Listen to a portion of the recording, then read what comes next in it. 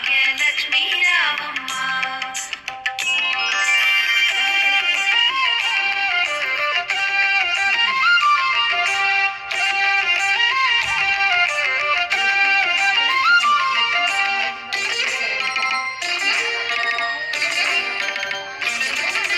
నుదుట కుంకుమార విబింబముగా కన్నుల నిండుగా కాటుక వెలుగా నుదుటి కుంకుమార విబింబముగా కన్నుల నిండుగా కాటుక వెలుగా